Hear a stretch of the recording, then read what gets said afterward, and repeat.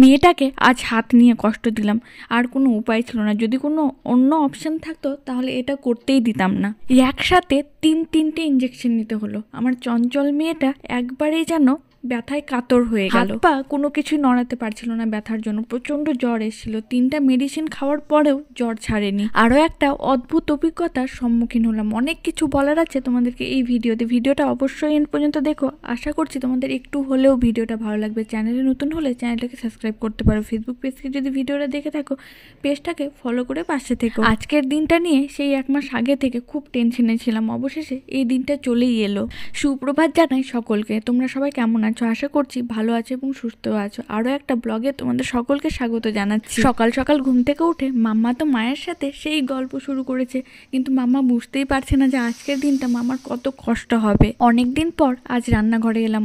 মা এবং আমার জন্য চা বসেছি। ও তোমাদেরকে বলা হয়নি, বাবা এবং ভাই বাড়িতে নেই। বাবা আর ভাই গেছে কলকাতা ট্রিটমেন্টের জন্য। তবে পরের দিনই চলে আসবে কাজ হয়ে গেলে। টিকিটটা বাড়ি থেকে কেটে রেখেছে। শীতকালে লিকার চাটা মাঝে মধ্যে ভালোই লাগে, কিন্তু বিশ্বাস করো আজ সকাল থেকে আমার কোনো কিছুই ভালো লাগছে না। দেখতে দেখতে এই দিনটাও কাছে এলো আর সময়টাও কাছে এলো। আর কয়েক ঘন্টার মধ্যেই আমাদেরকে রওনা দিতে হবে। ভবিষ্যতের বড় বড় বিপদ কাটাতে গেলে ছোট ছোট কিছু কষ্ট করতে হয়। আমরাও করেছি। আমাদের তো ঠিক মনে নেই, কিন্তু বাবা মার কাছে শুনি। বিশ্বাস করো খাওয়া দাওয়ার খিদেটাই যেন মরে গেছে। আর খাওয়া দাওয়া করলাম না, বেরিয়ে পড়লাম। না ঠিকই আছে।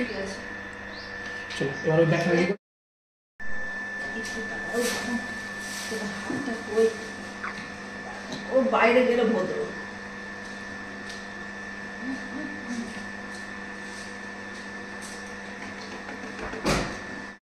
মাম্মার সাথে সাথে আমিও রেডি হয়ে গেছি। চলো সকলে মিলে বেরিয়ে পড়ি। বর্মশাইও চলে এসে আমাদেরকে পিক আপ করতে। আর রাস্তার ভিডিওগুলো নিচ্ছি না, কারণ সাবধানে মাম্মাকে তো নিয়ে যেতে হবে, তাই না? মাম্মারও এটা জীবনের প্রথম অভিজ্ঞতা, সেই সাথে আমাদেরও। নার্সিংহোমে অবশ্য 1-2টো ইঞ্জেকশন এর আগেও দিয়েছে, তবে সেটা আমি চোখে দেখিনি। মাসিরা গিয়ে ইঞ্জেকশন করে নিয়ে আসতেন। ফাইনালি আমরা চলে আসলাম এখানে। দেখো কত ভিড়। মাম্মার মতো কত ছোট ছোট কিউট কিউট বাচ্চা। দেখতে দেখতে মাম্মা 1.5 মাস পার করেছে। মাম্মাকে নিয়ে এসছি 1.5 মাসের ভ্যাকসিন দেওয়ার জন্য, বা 1.5 মাসের টিকা, তোমরা যেটাই বলো। তবে মনটা খারাপ তখনই হয়ে গেল যখন শুনলাম একটা ইঞ্জেকশন নয়, 3টে ইঞ্জেকশন একসাথে দেওয়া হবে। একটাতেই ব্যথা হবে। ভালো না দেখ।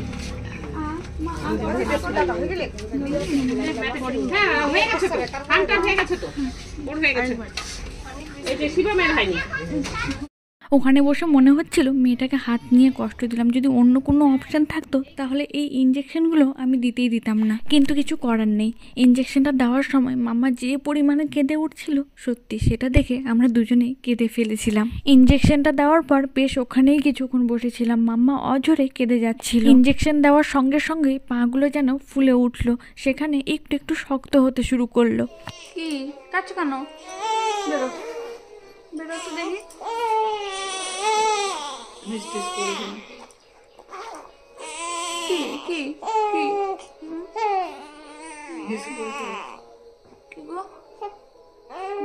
ধরতেও ভয় লাগছে, গরম হয়ে গেছে। দেখো তো সারা রাস্তা লক্ষ্মী মেয়ের মতো মেয়েটা চুপটি করে শুয়েছিল। আমরা তো ওখানে গিয়ে যখন দেখলাম যে এক একটা বাচ্চাকে 3টে করে ইঞ্জেকশন দিচ্ছে, সেটা দেখেই আমাদের মন খারাপ। ইঞ্জেকশন দেওয়ার আগে 2টো ওষুধও খাওয়ালো। কি সুন্দর মাম্মা হাসি মুখে খেয়ে নিল। তোমাদেরকে তো একটা কথা বলাই হয়নি, মাম্মা ওষুধ খেতে প্রচণ্ড ভালোবাসে, কোনো বিরক্তি বোধ করে না। কিন্তু তারপরেই শুরু হলো অঝরে কান্না। মাম্মা আর কাঁদো কাঁদো করছে না। তোমার ব্যথা করছে মাম্মা? তুমি তো খুব শক্ত মেয়ে আমার। তুমি সত্যিই খুব ভালো আমার সোনা মা। তুমি, তোমার ব্যথা করছে? বুঝতে পারছি তো তোমার ব্যথা করছে।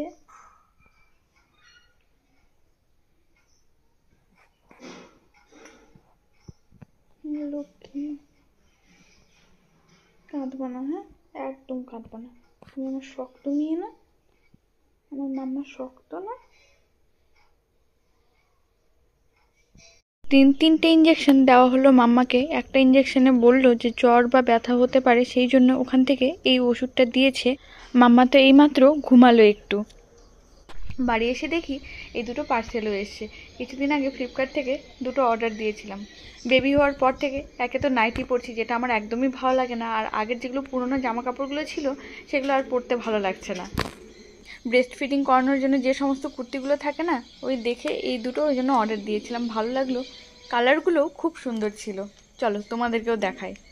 প্রায় অনেক দিন ধরেই ভাবছিলাম যে এই কুর্তিগুলো অর্ডার দিব, কিন্তু সেটা আর হয়ে উঠছিল না। ফাইনালি অর্ডারটা দিলাম আর চলেও এসছে। আর কোয়ালিটিটা আমি একবার খুলে চেক করেছি, সত্যিই খুব ভালো এসেছে। দাম হিসাবে খুবই ভালো। দুটোরই সেম প্রাইস।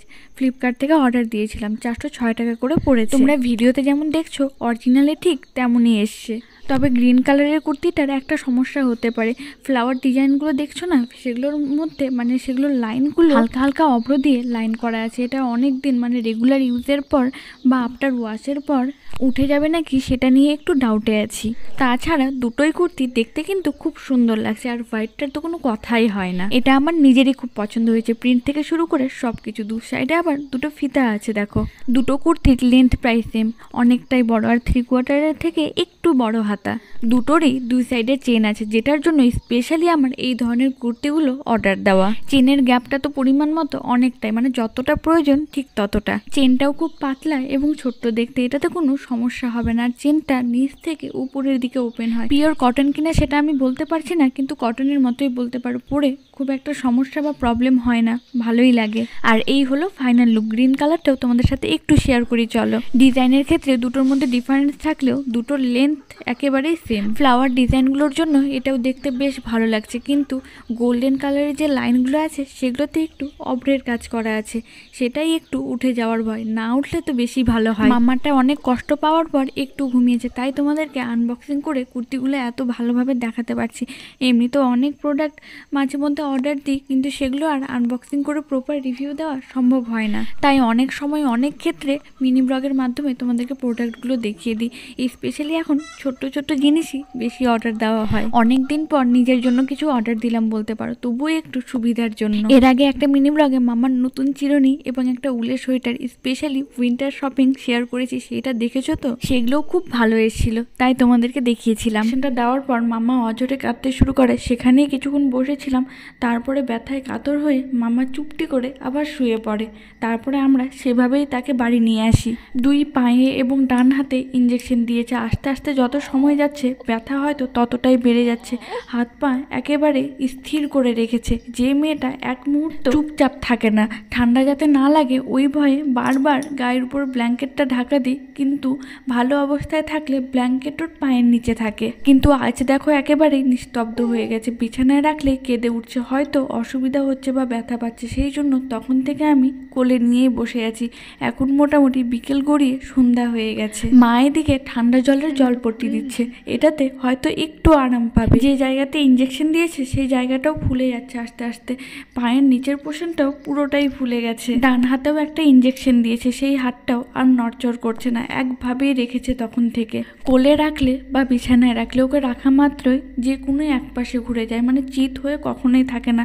এত চেষ্টা করি যে চিত হয়ে থাকুক, তাহলে মাথাটা অন্তত এক পজিশনে থাকবে, কিন্তু ও সবসময় বড় মানুষের মতো যে কোনো একটা সাইড ঘুরে ঘুমায়। কিন্তু এখন দেখো সেই একভাবেই রয়েছে। হঠাৎ দেখি গাটা গরম হয়ে আসে, জ্বরও এসছে প্রচণ্ড। ওখান থেকে যে ওষুধটা দিয়েছিল খাইয়ে দিয়েছি, দেখি একটু হলেও হয়তো আরাম পাবে।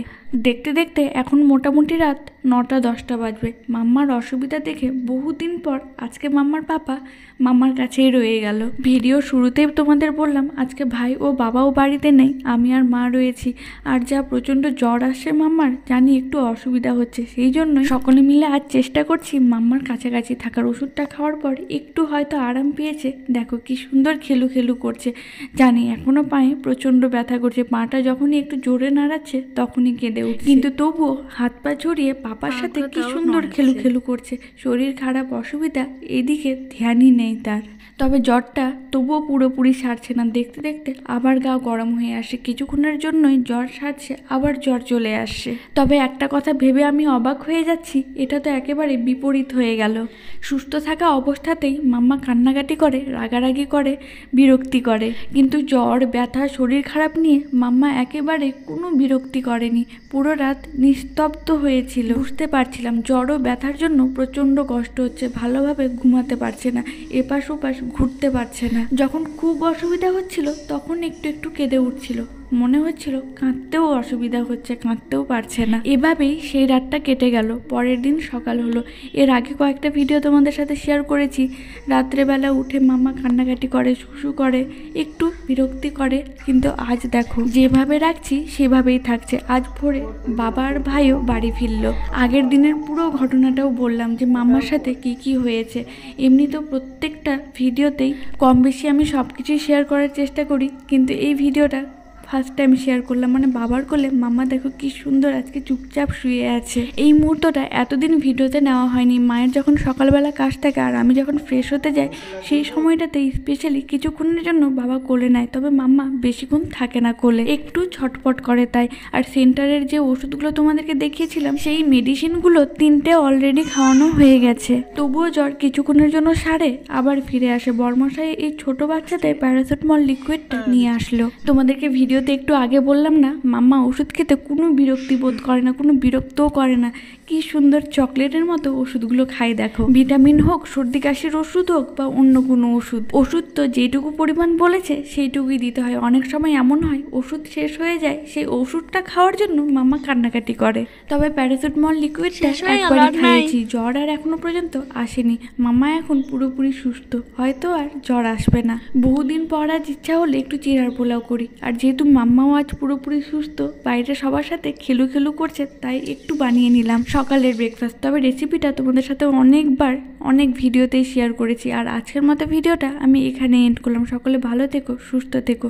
চ্যানেলে নতুন হলে চ্যানেলটাকে সাবস্ক্রাইব করো, ফেসবুক পেজ থেকে দেখে থাকলে পেজটাকে ফলো করে নিও। ভিডিওটা একটুও যদি ভালো লাগে লাইক, শেয়ার আর নিজেদের মতামত কমেন্টে অবশ্যই বলো।